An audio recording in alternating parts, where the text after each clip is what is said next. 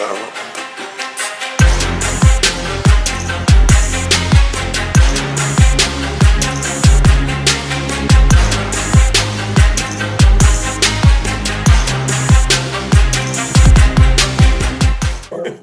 can do this, boys. Righty, gentlemen, and any other gender available watching, welcome back to the show. We have a special guest, Duan Beckett, today, who is what Devon calls the mega mind. And for good reason. And for very good reason.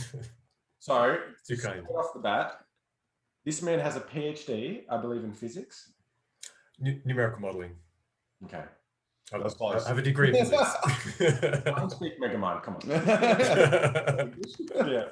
So basically, yes. How you doing? Good, man. Good. No, thank you very much for having me on the show. It might be a little bit of a nerdy show, though. So that's perfect. Whatever call you have, I'm just going to suppress with my nerdiness. I mean, usually we're just degenerates, so it's nice to have some intellect here. Yeah. I'll try and like make it a bit more highbrow, you know. So just a bit of background. Now, you and I train at the same club, House of Pain, based in Melbourne, Victoria. And you were probably one of the first arm wrestlers in Victoria. When did you start? Yeah, so man, it all goes back to, I think I probably came across arm wrestling. Well, the first time I realized arm wrestling was like a real sport was probably like mid 2011. Yeah. And I was on one of those, classic YouTube journeys where you start with one video and then an hour later you're in a very strange place just be clicking on, yes, I'll have a look at that. The YouTube algorithm is a powerful beast. And I came across an arm wrestling video and I was like, wow, this is awesome, and watched more and more and more. And then I was like, right, I've got to find, some other people to train with, so I kind of Googled arm wrestling Melbourne and then found the, AAF. And my first session was probably early 2012. And it's with Phil Rasmussen, Jesse Johnson, Brendan Downs, and Martins Lawrences. So that was quite an intro into arm wrestling, but it was fantastic. Although my tendons were so like blown up at the end of that first session. And then originally, I was training at Brendan Downs' house, and we used to call his club we would call Ground Zero, because that was basically where it began. So I was probably kind of maybe like 6 months to a year after Brendan and Phil started arm wrestling. So that was when it all began. And then you had Arnold. Before Arnold's, it's called FitX. And that was 2012, and I went along to that, and that was fantastic. And then just slowly started to train, and so I was probably one of the earliest, arm wrestlers in Australia, and still going. Yeah, it's awesome. Yeah, we love that. Because Andy, I'm not sure when we first met, but I know it was around Joe Goodek's house. It was. I can't remember when it was, but you were a very light, skinny. I don't know, 16, 17-year-old. Yeah. Well, weren't you at the 2014 FitX? Oh yeah, I was pretty much. I've been going to FitX and then to Arnold's every year. It's been. I reckon we briefly changed when I went to the FitX in 2014. Yes, and that was the last year for FitX. Yeah. So I was introduced by Lars, Jesse Johnson, and Big Matt. Oh man. Yeah. Back then I was, 17 years old. I probably weighed like 79 kilos when I started. Something like that. Like I remember, I can't remember what year it was, but we were actually scheduled to have a super match, but I injured my back beforehand.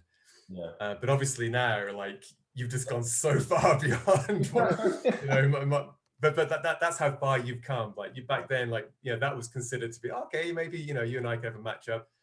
Now, like you're immovable to me.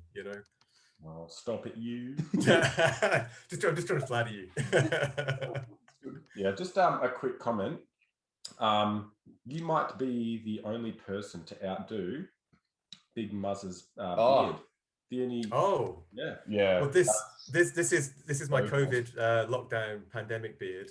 Yeah. And actually, I think pretty much now it's almost exactly 1 year to when I last shaved. So like, it's just every day is like a new beard PR. Thank you. Very good. And I'm very proud to have made a year, but I think I might have a shave soon. Welcome back, babyface Duan. Yeah. Young Duan. Yeah. Young Duan, yeah. It takes 10 years off me. No, good stuff.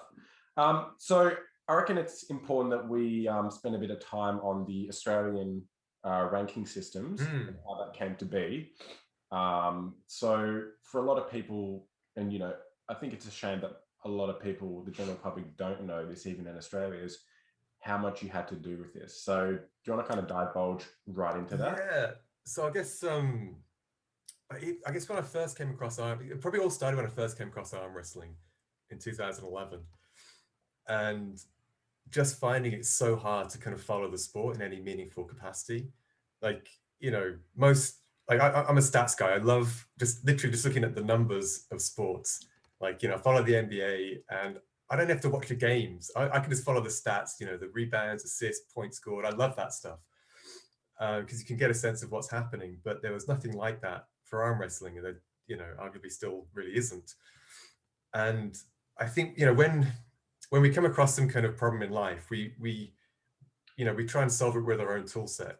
Now, my tool set was a background in science, but also web and database development. So then it's like, I was like, right, how can I apply my tool set to this problem of how to follow the sport of arm wrestling? That was the kind of the problem I was actually trying to solve, not necessarily create a ranking site. So then, I kind of tinkering around with that. And then I kind of got into the, Australian Arm Wrestling Federation. And then, basically created the first version of the site. And, I think, because I was communicating with Phil about it.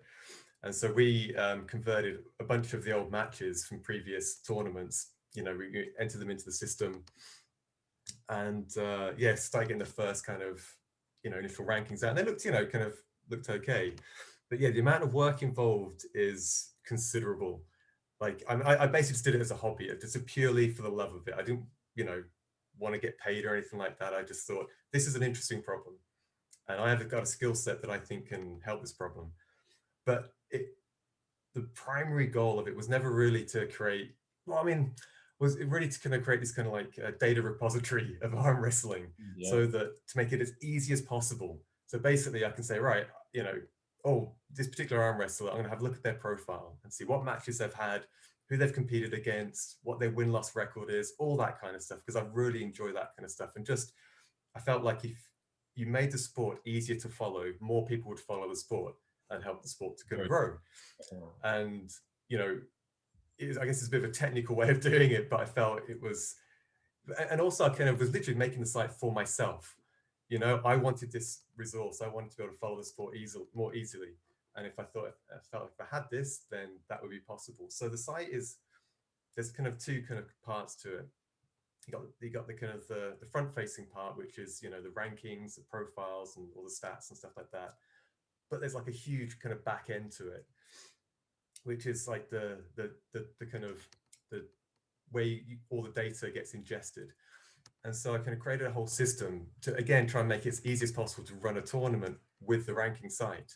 So, you can log in, you can set up a tournament, you'd be like double elimination or super match, these competitors, their body weights, whatever. And then it would kind of sort all the matches out for you. So it would make it easier to run a tournament, because the software we originally used back in like National 2012 was, oh my God, it's awful. Phil Rasmussen can attest to that. So one part of it was to kind of make better tournament software. But then when you make better tournament software, you're getting all this data that people are just creating by the act of running the tournament. And so then with this data, then you can start to do really, really cool things. So, you basically made it self-sufficient one, basically. Yeah, exactly. So, the idea was never for me to just be the only person using it. There's a bunch of, people that have got logins, they can run tournaments. And the idea was to kind of make it more distributed. So that I wouldn't have to do all the data entry, all of that stuff. And again, just to make this kind of useful resource, so that, like I can look at your profile and I can see all the matches you've ever had in Australia. I can see your win-loss record, all the tournaments, everything. And you yourself can have that as. Yeah, the personalized profiles themselves are awesome. You know, for the most part, like a lot of people can't even remember, you know, their No. wins and losses and exactly when that occurred and how they stack up against other athletes. Exactly. And especially when you do have, you know, a lot of people with subjective views on who is number one. And because obviously that's, you know, yeah, I think it's important to have common an objective, you know, that software that says, okay, based on history, not just one match or match, this is, you know, this is still who the best is. This is the rankings, and this is who's been successful for the longest period of time, or, you know, whatever. So yeah. Absolutely right. I mean, that was one of the big reasons why I did it. And I think I was probably rather ambitious when I started. So I wanted to kind of create this system that, I was kind of stupidly ambitious, that would give a rating, like an objective rating for somebody that you can compare through different eras. So for example, you know, say, I know John Brissink got a rating of like 2000 or something, and Devin Lorette got a rating of 2100. Then you could say, oh, Devin was actually better than John Brissink. You know, that was like this really kind of the hope for it. But yeah, also all the kind of ranking systems before were just for like elite, you know, just a top 10 max, you know, maybe top 5, top 10, just for the elite people in the sport. I wanted to create an objective system just based on a mathematical procedure for everyone. So all the way to, you know, people, guys like me, who's, you know, bottom of the pack, to people like you guys at, you know, the top of the pack. Yeah. But everybody gets, you know, a rating and a ranking. I think you nailed it. I was chasing ranks when I first started using your system. I climbed my way up. Yeah. So, and it's just, you know, you can see your progress, and it's, yeah. Oh, thank you. And yeah, so just to kind of make that all inclusive rather than just a ranking being just for the, you know, the elite guys. So obviously we're seeing a lot of talk at the moment in Australia about, you know, who's kind of top 5, top 10. And it's very kind of like based on, okay, the last match someone had, it's a very kind of reactive thing, which isn't necessarily a bad thing. There's no perfect ranking system. Every system has flaws, and no system can be perfect, because you get the classic situation of, you know, competitor A beats competitor B, competitor B beats competitor C, competitor C beats competitor A. So how do you rank them, you know, when you have this kind of situation? But the good thing as well about the site that was created, having I've probably got the richest data set of arm wrestling matches in the whole world. No one will have a data set close to this in terms of like just years of arm wrestling match data. From that, you can test different ranking mathematical systems as well. So the system I use is an ELO rating system, which is used in chess, but it has flaws, you know, I'll openly admit. It's, you know, some things it does well, some things it doesn't do well. Yeah. And whereas I looked at other systems as well, but it's incredibly difficult to rank arm wrestling mathematically and also do it well, because it's funny, like you can apply a mathematical procedure and you can say this is the best for this and that reason, but one of the most important things of any ranking system is you need the people that are in it to trust the system.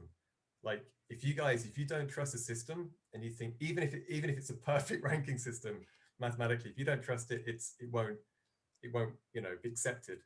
So whatever system you have, you kind of need to make sure that to a degree it's understandable, and to a degree it's gives meaningful enough results that the people that are in it accept it. That's the kind of the human element, you know, to a ranking system. But I've looked at other systems. The ELO rating system is more of a kind of a slow, steady state kind of ranking system, where, you know, you might have one bad tournament. Yeah. But that doesn't mean you drop like 20 places down the rankings. You could just had a bad day. You could have been sick. You might have had a little injury, whatever. Yeah.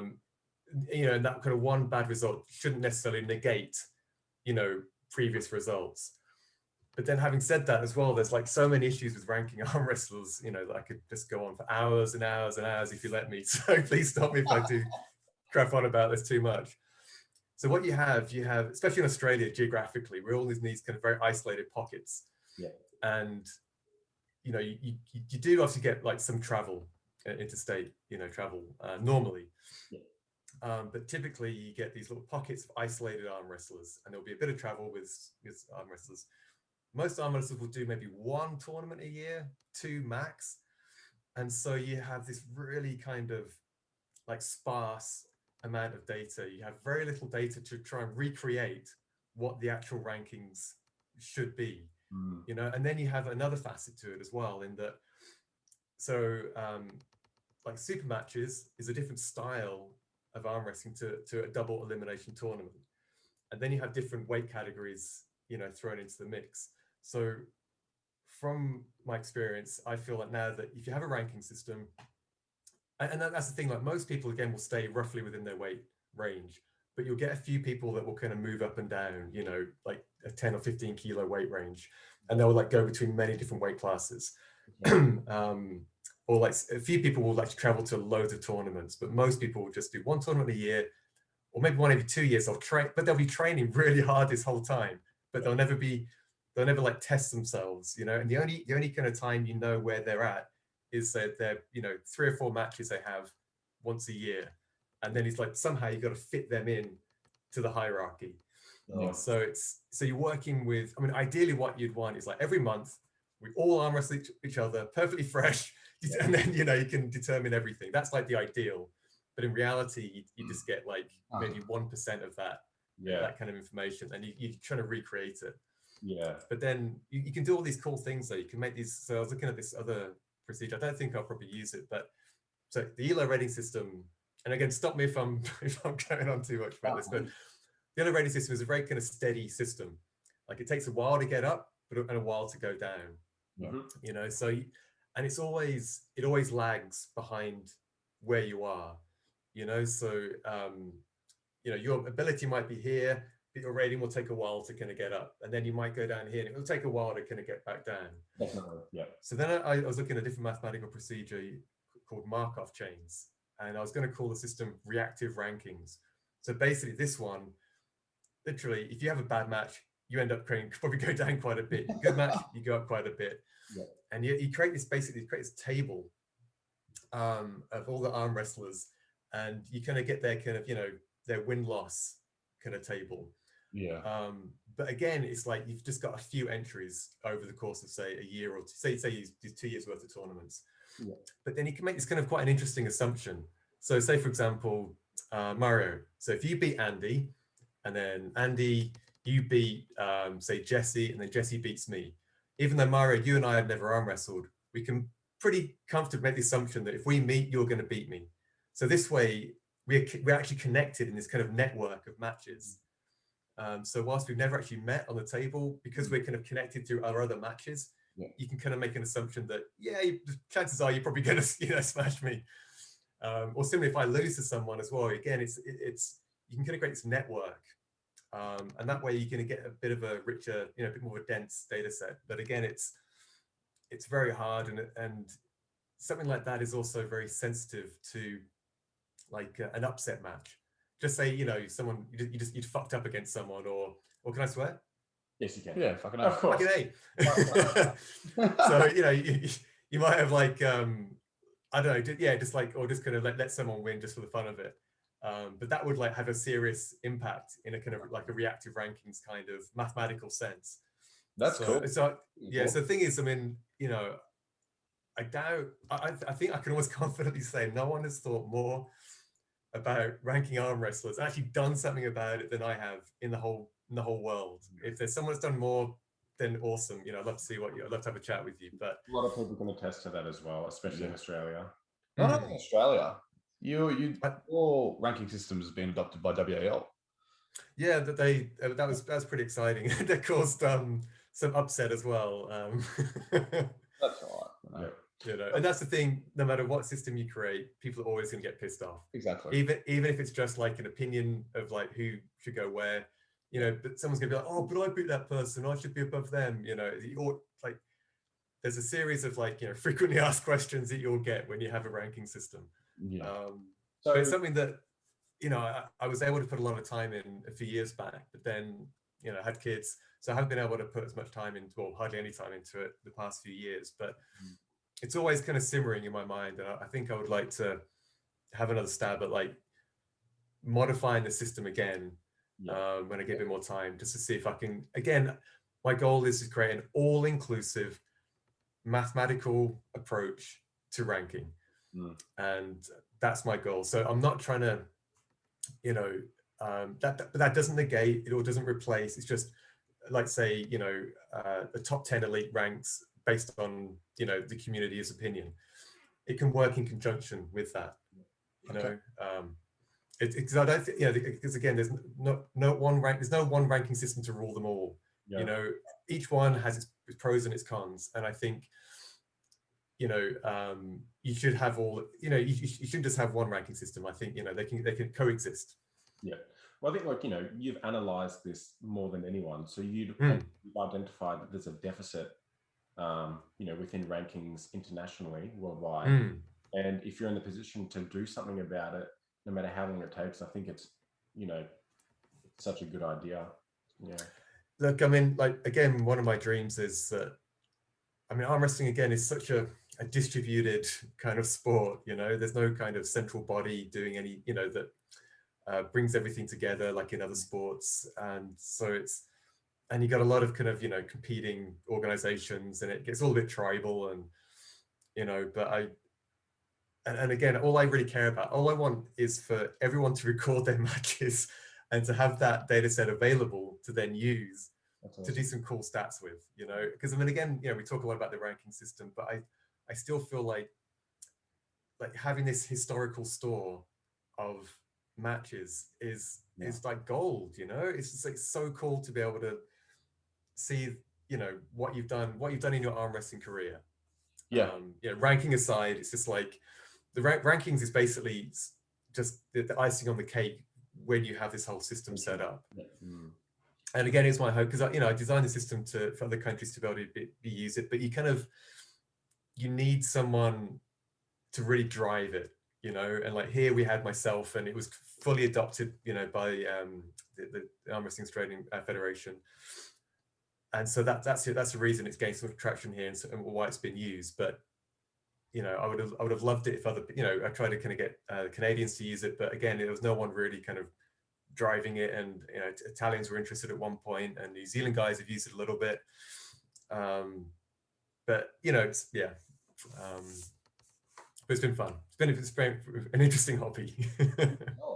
So just hypothetically speaking, in the rankings itself, if an arm wrestler, say for example, was ranked number 10 in their weight class, and they were to consecutively beat rank number 9 and rank 1, would their rankings adjust accordingly based on the fact that they've beaten a rank number 1, or would it be even? No, so the way the ELO system works is, so if two people meet and they have, you know, say you meet someone with a much higher rating than yourself, it expects you to, you know, the probability of you beating that person is very, very low. Yeah. So if you lose, that's the expected result. And so the points don't really adjust because the expected result occurred. But if you beat someone with a much higher rating to you, that's a very, very unexpected result. And so clearly what's happened is either you're a lot better, or they're a lot worse, or a bit of both. And so there'll be quite a big points exchange. Yeah. But again, similarly, like if you beat someone that's much, much lower than yourself, again, it's a very expected result. You gain teeny tiny amount. And again, if like two people about the same meet, then it's like 50-50 and it's a, you know, equal split. Yeah. So the thing is, it's a kind of like diminishing returns. So the better you get, and if you're just facing people, you know, quite a bit lower than yourself, your point accumulation slows down, you know, so you don't just go off into the stratosphere. And similarly, if you have if you lost to someone ranked, you know, a lot lower below you, you'll have a steep drop in points. So that's the kind of the principle of it. So again, and which makes sense. It's this idea that because there's some kind of information to be extracted from the match, and it's like, how do you interpret that? And basically, it's interpreted from what's the expected result, and then exchange the relevant amount of points based on the result. Does that make sense? Yeah, for sure. Yeah, definitely. So again, it's like, you know, it's a kind of yeah, but things can, it can, some people can get impatient with how slowly their kind of rating changes. And there's other problems as well, like, say, for example, you might have 2 tournaments. One tournament is, you know, for whatever reason, just say like all the really top guys go to the tournament. And there's another tournament where, you know, like all the kind of like amateurs go to it, and the same number of matches. And so they've all just been like, you know, it's their first time into the ranking system. They'll all get the same kind of points, you know. So I don't explain that very well, but yeah. So basically, it's you might have 2 tournaments where one is like elite, one is kind of not elite, but you can still get the same number of points in the not elite tournament as you could in the elite tournament, even though that is much higher standard. And that's why I was kind of looking at this other kind of like network-based kind of ranking system. So for example, if you have like an elite tournament and then the bottom person in the elite tournament wins this other tournament, you know that really that they fit together like that rather than like that. Because, you know, like the bottom, so yeah, so kind of if you kind of create this kind of network, it kind of calibrates it. And that way, you know, you have a potential for like comparing, you know, arm wrestlers from different countries as well. Because as soon as they meet, the network connects, and you can kind of connect all these network of matches together, and see, and you know, kind of see like if their bottom guys are basically, you know, better than our top guys. Okay, our countries are like this, but you know, or if our top guys, you know, if our bottom guys beat their top guys, our countries are like this. You can kind of fit it all together and get a much more kind of meaningful, you know, state of like where everyone sits compared to one another. Yeah, definitely. Well, yeah, like, you know, it's hard to know when, you know, those 2 different classes would fit. Like you say, you don't know if it's here or here. Yeah, exactly. And you can, you know, the system may use probability to, you know, it may be here or here or here, but like at the end of the day, still, you know, subjective to some degree. We don't know. Yeah, and that's the thing. I mean, I guess, you know, those kind of like opinion-based rankings, they're reasonably subjective. I'd hate to say mathematical procedure is subjective, but you know, it's kind of, it has limitations. That's probably a better way of saying that it will struggle to fully create the reality based on, you know, the limited amount of matches it can compute from. Whereas the subjective one, even, you know, is kind of can be quite accurate as well. The opinion-based rankings can also be quite accurate because they can be really relevant and up to date.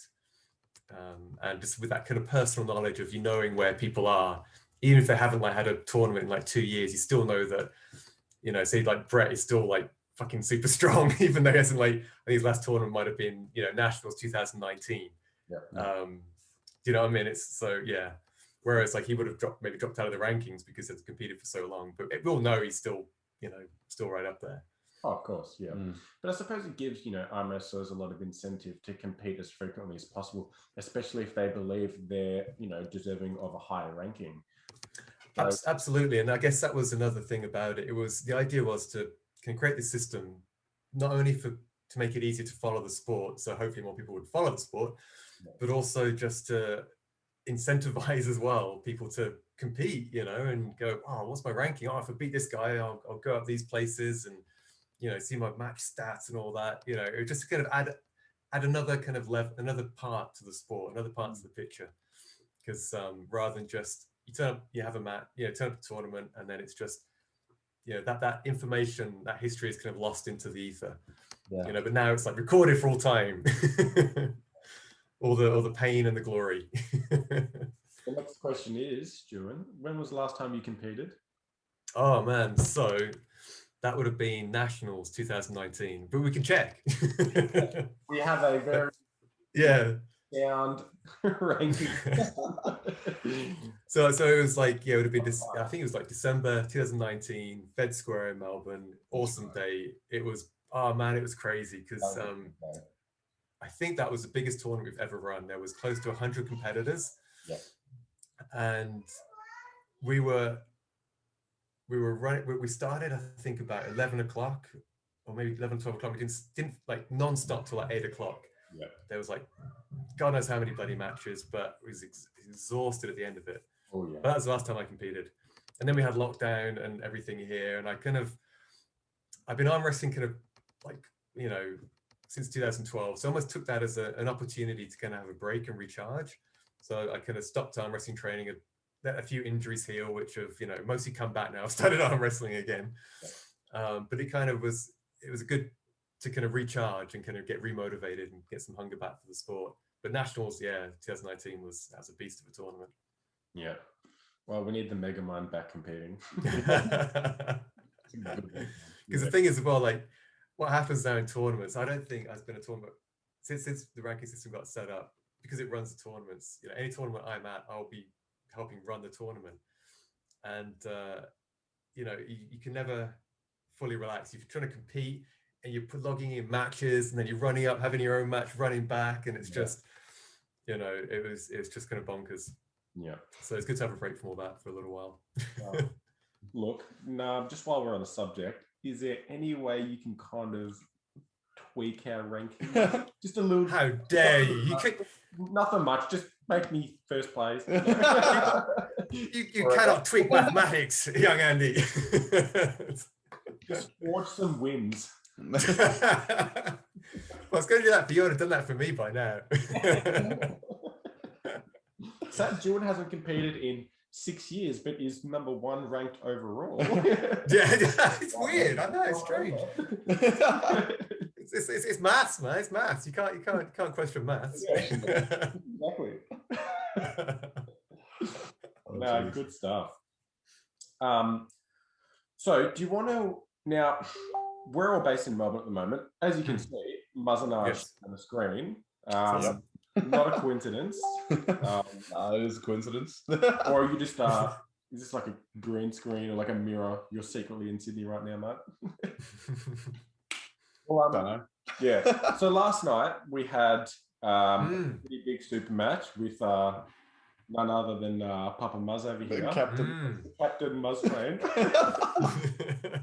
up against our very best, Brett Coots. But overall, the best. Overall, the best. On the left hand. On the left hand. Yeah, exactly.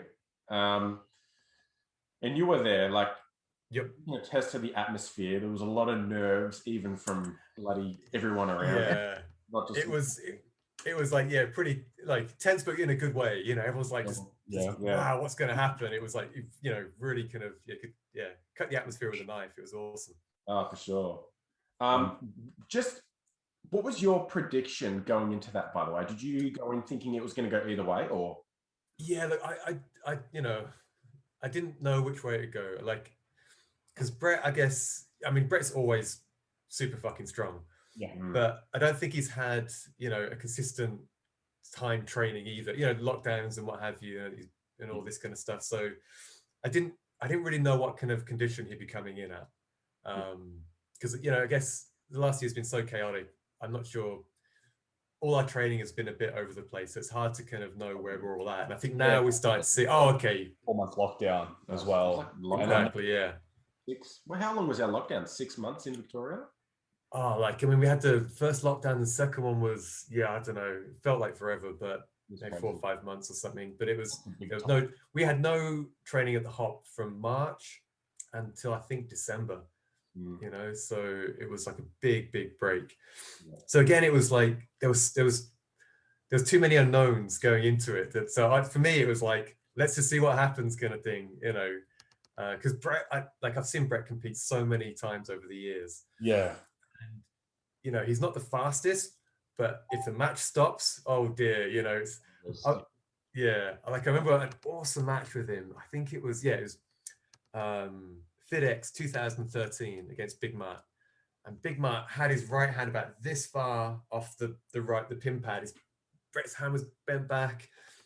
Must have been there for almost like close to a minute, you know.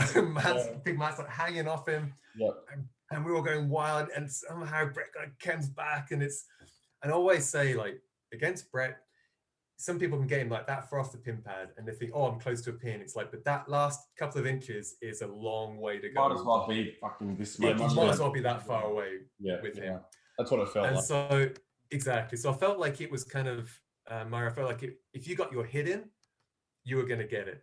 But I felt like if the match stopped, it was going to be Brett. That was like my kind of, I mean, it's a pretty safe bet, given, you know, but that's exactly still what happened. yeah, you know, and that's what happened. I mean, the first match we left, you flashed him, I think. I did, yeah, round 1. Yeah, and I was like, oh, it's on, you know. Yeah. Yeah, and then I think obviously he made some adjustments, and I think he obviously tried. I don't know. You probably tell us exactly what I was doing, but I think he said he moved just his fingers and tried to probably load up and try and take away. But then you went to rest grip. High spot. He just clamped down a high spot, denied me my riser. I was done. Yeah, no, exactly. And then I think you went to try to go to rest grip. I suspect to try and like minimize that loading. Exactly. And I grip low this time so I can squeeze out. Yeah. But no, and again, it's with Brett, it's like he often just kind of catches you there, and then it's like, you know, he's I think in terms of super matches, he's like Devin Lorat, he's very well, he's you know, he's got that endurance, you know, for the super match format. And he's you know, he's kind of built for that kind of long grinding out kind of match. But look, I'm looking forward to the next time you guys, you know, grip up, because 2018 was a different story when that's the only time we've ever gripped up in the past. Oh really? And what happened then? Arnold's, it was a left arm match, and he just voided me. He just put me down on the pad like I was a kid. But look, I think Brett's left like a year or two, or probably a couple of years ago, was probably better than his left now. I agree. Yeah. And obviously you've also kind of come up in a long way from there, because I mean you guys are like so bloody young. You know, you got so much time ahead of yourself to improve. You know, like I'm on the downward slope, and you're definitely, you know, your trajectory is definitely on the kind of up and up.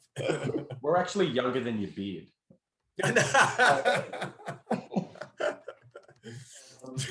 By the way, who named you Jesus Christ? Us. I've been called that so many times from random people. So I've been called many things over the years. That's really good. It's probably not a bad thing to be called Jesus Christ. Jesus was an atheist. yeah. Oh man. But let's not forget, just going back, you competed right-handed as well, which a lot of people didn't know. But it was strap only. Strap only, that's right. Yeah, so because I was actually kind of I was kind of behind. It wasn't like a front-on view of the match, so I couldn't quite see. But yeah, I didn't realize it was strap for the right-handed match. Yeah. By request, strap only. Yeah. Because look, I mean, like most matches, slip and go to straps, and so fuck it, you might as well just bypass that painful fucking slip and just go straight to straps. But straps, I feel, always favor, you know, that kind of slower, stronger arm. You know, it's that style. Yeah, exactly. Because I feel it takes away the pronation. It kind of minimizes. Well, I feel it takes away the outside game a little bit. It's harder to do that outside game. I was planning to go outside. I just couldn't access it for the life of me. Yeah. Because that strap, it kind of inhibits the, you know, and I always crap onto everyone at training, like the drag, I feel, is the most important move in straps. Because there you can utilize, and ideally you want someone to go for a top roll, so it's like bicep versus your lat, and then it's like it's no competition. Literally. But easy said than done against, you know, someone like Brett though. At least, but like I said, I'm looking forward to many more in the future, because it's you know.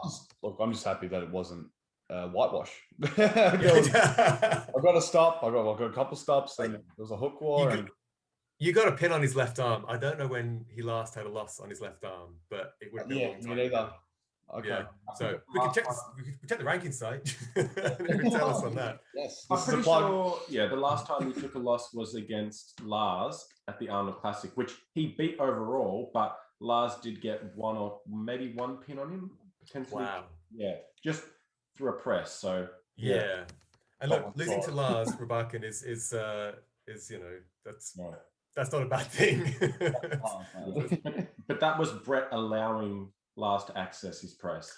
Oh, I think that's right. That was a super match, wasn't it? Those guys were having, and I think, because I think Brett probably got the first couple, and then it allowed Lars to get what he wanted. Is that right? And then am I remembering that correctly? From there, Lars got the pin, and then Brett's like, "All right, I'm not going back there again," and then just yeah. We'll chuck the video in. Yeah, that's nuts. I'm honestly curious as to know that if the right hand wasn't straps only, whether or not you would have got a few, maybe, you know, one or potentially multiple pins. on the right arm patch. Not that it matters, but it's just it would have been interesting to know if you could have.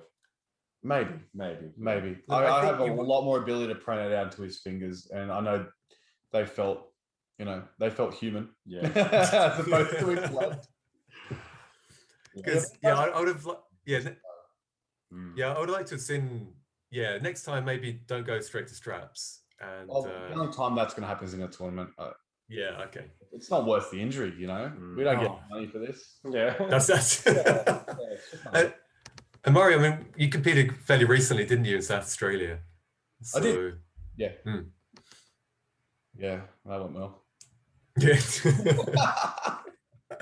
but did I mean, like, you know, again, you guys have got so much time on your hands to kind of make those steady gains that come up and up and up. And so, you know, because I always say to everyone, just, you know, all the new guys when they start, they're just, I guess we all are to some extent so impatient to get strong and get stronger, but you got to play the long game. You just got to just do the grind and slug it out. For sure. I mean, when I started back in 2014, and it's even more pronounced back when you started, there was just a lack of awareness, technique, and safe means of training. You know, oh my God, House of Pain used to train on bloody bins before they just out on the street.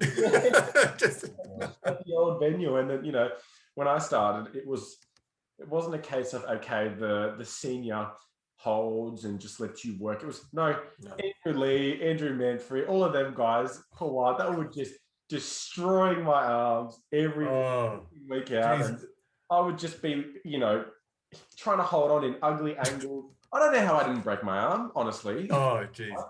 Yeah. Like, I could talk about my thoughts on training for a long time as well, if you've got the time, because it's like when we first started training arm wrestling in Australia, like it's back in 2012, no one knew how to train. No one knew really, we didn't know the proper ins and outs of training. So basically training wasn't training, it was just rocking up, everyone just arm wrestled, you know. And at the time, I was like the lowest rung on the ladder, so I'd get smashed. So I'd go along, you know, to training, it's just like to arms getting smashed. Just torture. Tendons would blow up, wouldn't be able to lift anything for a couple of weeks. And then the next 2 weeks, then after another couple of weeks, I'd heal up, go again, same thing over and over. And it was just awful. Yeah. Not getting anywhere, you know, no one was like training carefully, you know, none of that kind of strong holds and let the other guy kind of, you know, do what they want. And it's only after, you know, I don't know how long that went on for, but me and this other guy, John Bowley, you'd know Andy, similar size to myself, we kind of met up and we had training sessions and we did it properly. So, you know, we do a bit of weights to warm up first. Then we kind of got on the table and it was so simple. It was just basically load up slow, go quarter speed, load off slow. He was really good to train with, John Bowley. It was awesome to train with. England.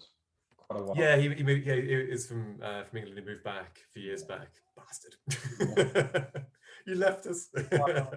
Well, your left, I would say, is your dominant or stronger arm. Yes. Like, and I honestly haven't gripped up with you in quite a while now. Yeah. Probably because of COVID and whatnot, but especially in straps, like you have a very nice shoulder commitment and catch a lot of guys at training off guard. And I'm like, yes. Sucked in another victim. Well, it's this thing where like so I guess you can categorize guys kind of training. There's like really strong guys and not so strong guys. I'm the not so strong guys. So I've had to absolutely maximize technique to the best of my ability to maximize my own abilities. And also spending a lot of time in straps, getting really comfortable and trying to figure out. So just another kind of on a slight tangent. Most people when we start arm wrestling, they kind of they rate their progress in the sport purely on how strong their arms are and how they fare against other people. Yeah. But there's other ways. So like I rate my progress in that sense, but also I spend a lot of time trying to figure out how best to coach people as well and train people and train myself as well, because getting like fucked up so much at the start and then figuring out decent ways to train, you know, you don't have to have this like ridiculous painful intro. I mean, yes, it will be discomfort and a certain level of pain, but it doesn't have to be like injury, tendon ripping pain when you start arm wrestling, because no one's going to come back. So I kind of rate my progress in the sport of, my own kind of arm strength, how well I'm coaching and training, because I learn a huge amount by doing that myself. It's like you don't understand, if you can't explain something, you don't fully understand it yourself. 100%. And so having to try and explain exactly how someone should move in certain ways to do certain, top roll, hook, whatever, you really, really start to understand exactly what it is you're trying to do in those positions. Yeah. And so a lot of people are like, oh wow, it's so good you spend so much time training people. It's not a completely selfless act. I'm getting a lot out of the experience as well. That's right. Yeah. Plus as well, typically the newer guys, they're kind of safer to arm wrestle with, because they're not just kind of the really strong guys are just going to smash. They'll kind of listen, they'll go slow. So yeah, that's another area that I think it's really worth exploring for people, and then you really understand exactly what you're trying to do in terms of movement. And so I've had to kind of maximize my technique to the best of my ability, especially like something like straps. I feel like there's a few really simple things one should be doing in straps that a lot of people just don't do. Like the classic thing is you get like a really good, say, top roller. To go in straps, to do the exact same move. And it's like, what the fuck are you doing? Like right away, the strap is going to impede any kind of pronation. And so for me, I always say, because I guess as well with the coaching stuff, I try and focus primarily on some of the core fundamentals of arm wrestling, some of the basic principles of how one should move, how one should, do certain movements. But obviously there's always going to be like outliers that can do stuff that, none of us normal people can. So I always say, like, one should never like supinate right from the start. You should only supinate when you're about 30 degrees going down onto someone's arm. But I know there's people that can do it, like Andrew Manfred, for example. He can just supinate from the start and drive through, his opponents. So, but I would say in that way, he's a bit more of an outlier. But majority of people, if they supinate from the start, they're throwing their hand underneath their opponent's hand and setting themselves up to be top rolled. Sure. So that's just kind of like a general principle, but it doesn't mean you shouldn't do that as well, if you see what I mean. It's like, so I try and really kind of focus on those core principles, then that individual can then explore themselves and go, okay, given my biomechanics, my own strengths, maybe I can do certain things that, slightly outside of the box. But I just do think that really spending a lot of time trying to coach someone, you actually gain a huge amount yourself. Yeah. Well, I can honestly say that in the first year of my arm wrestling career, I learned more of you than anyone else. Oh, thank you very much.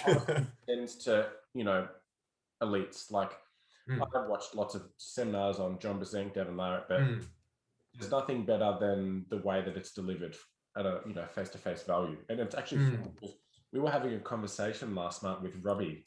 Robbie was over last night, and I don't know how we got onto the topic, but he just goes, I just want to be able to teach people like Duan. He's just like we that's right. I remember this. He's just the best at teaching people. So Robbie's very sweet. No, he's got a little touch on him. So no, I don't blame him. I'm a handsome guy. But it's but again, it's like I've spent hours and hours and hours and hours and hours doing this, and I'm still learning. And you never stop learning. That's the beauty. That's one thing that keeps me coming back to the sport. Even Jesus, like this will be close to my 10th year doing the sport. I still feel there's stuff to learn, which is exciting. And but a big part of training the new guys, like I say, is it's just safer for my own arms. Like, mid-40s now, got a lot of miles on the body. I've got to take care of myself a bit more. Like when you're young, when you're young, performance is probably like your main goal. Like performance, I want to be just the strongest, whatever. Yeah. You get to my age, kids and everything, health kind of starts to take, comes up the priority list and kind of takes. Like performance is still important. Yeah. And I still want to be the best that I can be. I still feel I've got lots to improve on. But health, starts going, okay, just you want to be able to pick up your kids and stuff. And, Oh yeah, and that's a good without point. pain and stuff like that. So, so yeah, training with coaching is one way that I can get good training. I can learn more, and it's kind of done safely, because most of the time, almost anyone that walks the door, the first session or two, I can probably do something with you. You know, even if you're like 100 kilos, I'm like about 75 at the moment. But you know, with the heavier guys, session 2, 3, 4, once they've like picked up a few techniques, then they're becoming movable to me. Yeah. And also you feel it with like the newer guys as well, or the younger guys. You know, they'll come in and you can just feel this young strength increasing each session. You're like, oh fucking hell, they're going to be better than me in a couple of weeks, you know. But every now and again, what's that? People like Henry, every week he comes back stronger. Oh, geez, yeah, he's a big dude though. But then every now and again, you'll get like someone that comes off the street that has never arm wrestled, roughly your size, and it's just, Jesus Christ, they're incredible. I can't do anything with them. It's their first session. Yeah. And that's very demoralizing. Yeah, no, that's fair enough. There's a guy recently who came to the hop, and when everyone comes along, you know, I try and spend some time with them.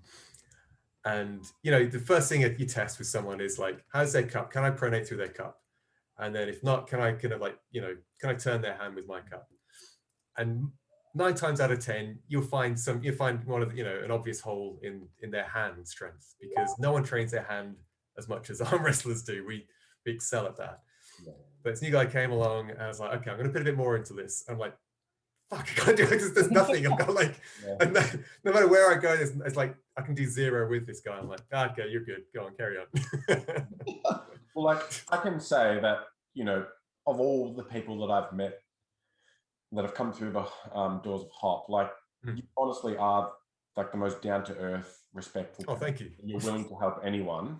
But there is an exception to that, which I just want to bring up. Remember Arnold's when you met Arnold Schwarzenegger? Oh yeah. So man, that was a crazy experience. So just to set the scene, yeah, Arnold Schwarzenegger was coming by the arm wrestling booth at the Arnold Classic, and we just wanted to show Pony a bit, so we'd set up a match with Duan. And who was your opponent? Well, no, so what actually happened was I was in the middle of a super match with a guy called Corey Lynn.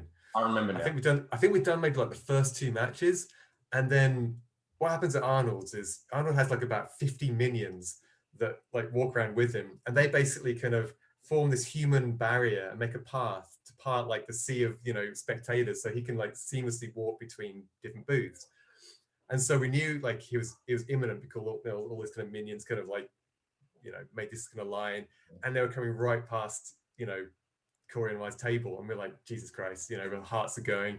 Yeah. And then Andrew Lear, he was reffing our match, and he's like, okay, boys, when Arnold comes, just ham it up and just scream. And we're like, okay, we got this.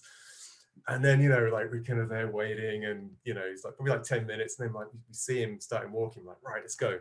So we're just, you know, just like fake arm wrestling.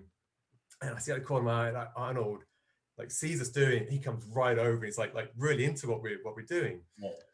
And then it's like, I think you know, so we're doing this like fake arm wrestling. I think the thought occurred simultaneously to Corey and I. We're like, I think we both thought, I want to be the one that fake wins this. Yeah. You know? So it rapidly went from like this fake match to like, oh no, we're ready to try. Yeah. Well, like my perspective of it was, I actually asked you moments before the match started, and I said, you know, are you gonna pin him? And then your words were, there's no way I'm going to let that prick pin me in front of Arnold. Did I say that? Oh man, I can't believe I said something so mean. Corey's a really nice guy, so I apologize, Corey, if you want. It happens when it's Arnold. You just say, you lose your mind. Yeah. Fucking Arnie, mate. Yeah, mate. Yeah, because then, you know, like we can wrestling, and I pinned Corey, and then, you know, got up and shook Arnold's hand, and you're just like a deer caught in headlights, you know, because everyone's screaming. There's fucking Arnold Schwarzenegger stood right in front of you. Yeah. And he's like, oh, I'd like to do a Snapchat with you. I'm like, okay. He's like, can you do that again? I'm like, oh, okay. You know, so Corey and I, we could get back on the table, and Arnold's there, you know, with the phone, like saying something, and we're just like, ah. And then he kind of wanders off. And like, we were just buzzing, you know, and I don't think like Cora and I, we were probably buzzing for like 2 days straight because it was just barely sleep, you know. It's just, yeah, it was such an intense experience, but pretty cool. So who won that super match at the end? I did that. I mean, it was like, I think, I don't know if Corey still arm wrestles, but he was, I think he was pretty good, but like for whatever reason, it was a bit of a mismatch that day, you know. I was and so yeah, I won three love, but yeah, I was just feeling good that day, and I think he was at his best. So that's what happens when you step to the mega mind. Oh no, exactly. Yeah, it's the power of the mind, man. But yeah, no. But go back to the kind of the training. Like I've, you know, yes. I mean, I've been watching a lot of, you know, the RVJ videos. I think they're fantastic, and I totally agree with him. It is. You're right. It's fundamentally, this is a strength sport, but technique obviously plays, you know, a part in it, and you can definitely, you know, maximize what you have with technique. So often you get, two guys aren't, you know, kind of medium strong, whatever. You've got to go for technique, but then you get the strong guys that's walking that are just super strong. And in some ways that almost inhibits their growth because they're so strong.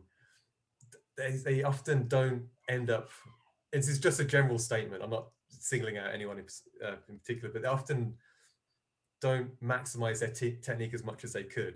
You know, they just go, okay, oh, that guy kind of was a bit better than me. I just need to be able to, you know, get stronger in my curls or whatever, you know, or my kind of, I need to get stronger in my lifts and I'll be better, rather than really analyzing the sport. And the most dangerous people are when you get like a strong person who really wants to get good with their technique. And when and you get that mix, it's phenomenal.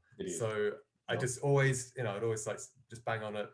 Everyone, just become a you know, a student of the game, become a master of the game, and just figure it all out. You know, don't just rely on just you know, everyone has their power move. Just don't rely on that power move. You know, just because so many people, again, you know, they'll feel really comfortable, say, doing a top roll, and they'll just do that, and then, you know, you're playing around and you're kind of going into a hook, and you realize they just don't want to go into a hook at all because they don't feel very strong there, so they always avoid it. And they never progress there. And so they never have that plan B. And so what we had, you know, Yanis Amelins come to visit the club a few years back. You know, fantastic session, super smart guy. And his philosophy, though, which I'm not sure I fully agree on, it'd be good to get your opinion on it as well. His philosophy was, whatever your best strength is, just make that stronger. And just, you know, primarily, and just, you know, maybe like toy around with some backup ideas, but really just focus 80-90% on making your strength stronger. And I feel like that works if there's only maybe 5 guys in the world that can maybe beat you. Because yes, if you make your strength stronger, no one in the world can beat you. But for, like, you know, a normal say human being, or, you know, a regular arm wrestler, I feel you need to be a bit more rounded and have some backup plans. 100%, definitely. I mean, you know, I'm being coached by Coach Ray. Oh, awesome. That must be fantastic. And you know, the approach we're taking is, yes, we're focusing on getting my strongest aspect stronger, but we're also putting up, you know, a big focus on getting my weaknesses stronger and everything around that. So if you can complement your weaknesses to your strength, it's going to be even harder for someone to get you out of your strength. And that's where everything starts to come together. You know, it's important to be a jack of all trades. It's a one-dimensional sport. No, it's it. Because it's difficult because, you know, we have limited time, limited, like, you know, recovery ability. It's like where to focus all your effort and recovery ability on. You know, we can't, because with arm, one of the, you know, difficulties I think with training with arm wrestling is this: you feel like there's like literally 1 million movements you need to get strong, and you've got to get strong at all of them. You know, it's like you can lose your mind going, well, I need to get strong here and here and here, and you know, there's only so many hours in the day, and there's only so many, you know, so much recovery ability, and you know, the older I get, like the training like you guys would do, like, would be terrible for me. I wouldn't be able to recover. You know, the training I would do wouldn't be enough for you guys, you know, because, you know, you're young. And so, you know, you kind of got to go, okay, where do I need to focus my efforts? And I think that's probably smart to do. You treat it like I at least treat it a bit like a Rubik's Cube. You know, there's a billion different combinations, but you only need a certain limited amount of rhythms to to solve something which covers the fundamentals of how to get to the endpoint. So it's like, absolutely, you know, yes, you can pronate in 50 different positions, but as long as you are pronating in that full range of motion or training for it, it's going to translate across other areas as long as the other movements like cup and rise are complementing it. Yeah, so exactly.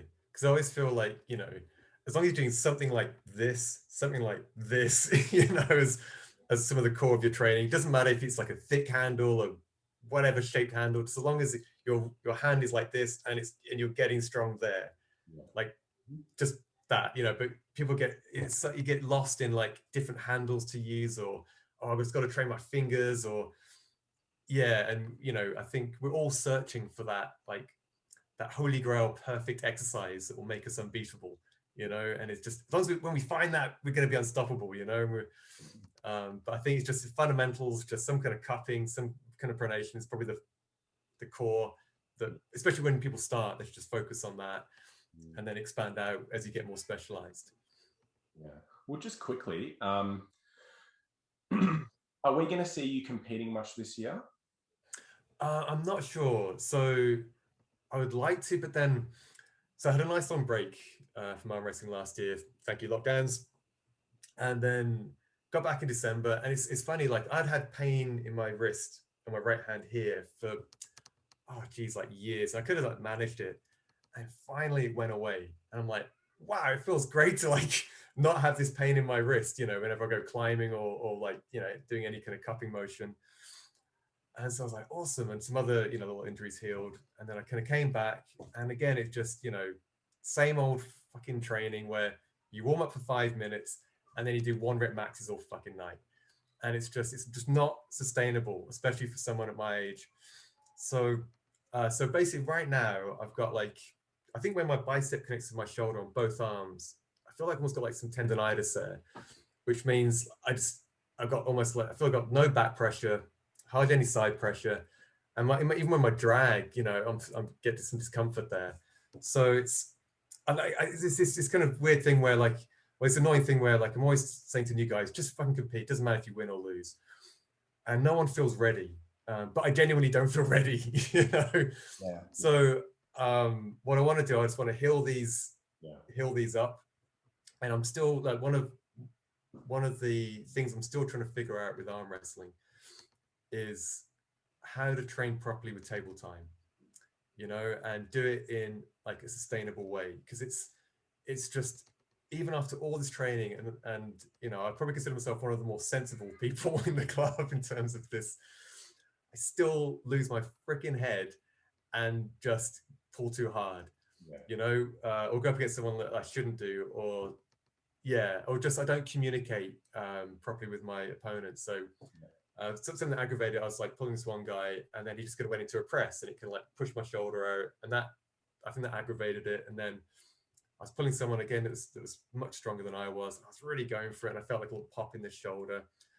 And I think it's just, so I'd like to kind of try and figure out better, more sustainable training. Because, you know, my philosophy now is, as opposed to just get stronger, is don't get injured. If I don't get injured, I will get stronger.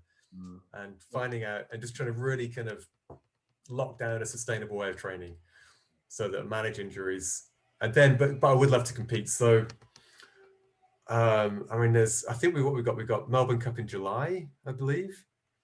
So that might be a good one to target. Because with nationals in 2019, I competed left, but my injury in my hand didn't let me compete with that. But it'd be nice to maybe a super match or two or something at the very least would be good. So I'd like to get back on the table, you know, actually competitively as well. Can't wait to see that. Yeah, for sure. No, it's always fun. It's nothing like that feeling, you know, that and that's why I said, you guys just compete, just so you get a sense of what it feels like. Because you know, you go up there, like new guys will go up there and they'll be like, right, I'm going to get up there with a grip like this. They get up there, it's like a deer caught in headlights. They're like, what's going on? Ref says ready, go, bam. And it's over before they know it, because it's too much. It's intimidating. It's too much. Or like, you know, you go up against someone that, you know, I'm happy, I'll go up there and I won't start unless I got the grip that I want. I'm happy to go to ref's grip. Yeah. a lot of new guys will be like, oh, okay, I'll just grip it like this, and they won't fight for the grip they want because they feel, oh shit, I better just start the match. Everyone's looking at me, things like that. So it's good to do some competitions to get to iron those out. What it's like to compete. Yeah. Yeah. Look, before we wrap up, I just want to do a quick shout out. Wrap up? We're just starting, right? I've got like hours more stuff to talk about. we could do a part 2 sometime. No worries, man. Yeah, part 2 comes. Absolutely. But there was a super match that happened in Sydney last night. Between my were to be super match Adam Laura. Unfortunately, he couldn't be down, just due to COVID. Yeah. So who do you verse? Lachlan Carpenter, the Shekel, the Prince of Coin. The Prince of Coin. Now, word on the street was he took work off the day off, was coming in really confident to beat Adam Laura. Yeah. And lost 3-0 both of them. Oh, ouch. But I just want to say that I'm going to get Adam back for you, Lockie, so fucking don't you worry. But I just want to say, so Adam has been around from day one as well. Like, I remember him, the first time I saw him was at Nationals 2012. And back then, he was considered just this unbeatable, unstoppable force. I don't think he lost his first match probably till 2013 even. I remember him back. He was, back then. So he's been around the sport since day one. I mean, I think he might have lived in the States and arm wrestled there for a while beforehand. Yeah. So, but he's got a wealth of knowledge. Yeah, I think he told me he's been arm wrestling for about 20 years in total. Yeah. I did not know that. Yeah. That's impressive. Yeah, makes sense. He's wealth of knowledge on arm wrestling. Yeah. Yeah, he's my number one training partner. Yeah. Oh, really? Oh, cool. I credit me doing well now because of him. Basically. Oh wow, absolutely. Yeah. No, it's awesome.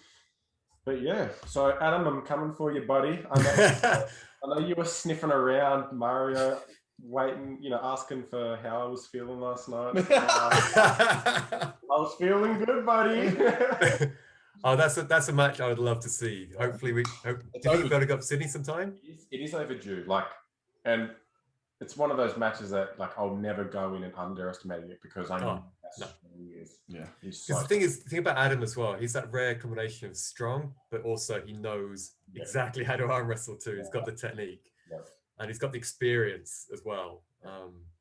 So I guess a question for you guys then. So what's your kind of 2021 arm wrestling tournaments looking like? What do you guys want to be able to do in 2021? First, name my next 3 opponents I want. So, Brett Coots, Adam Laura. Yep. You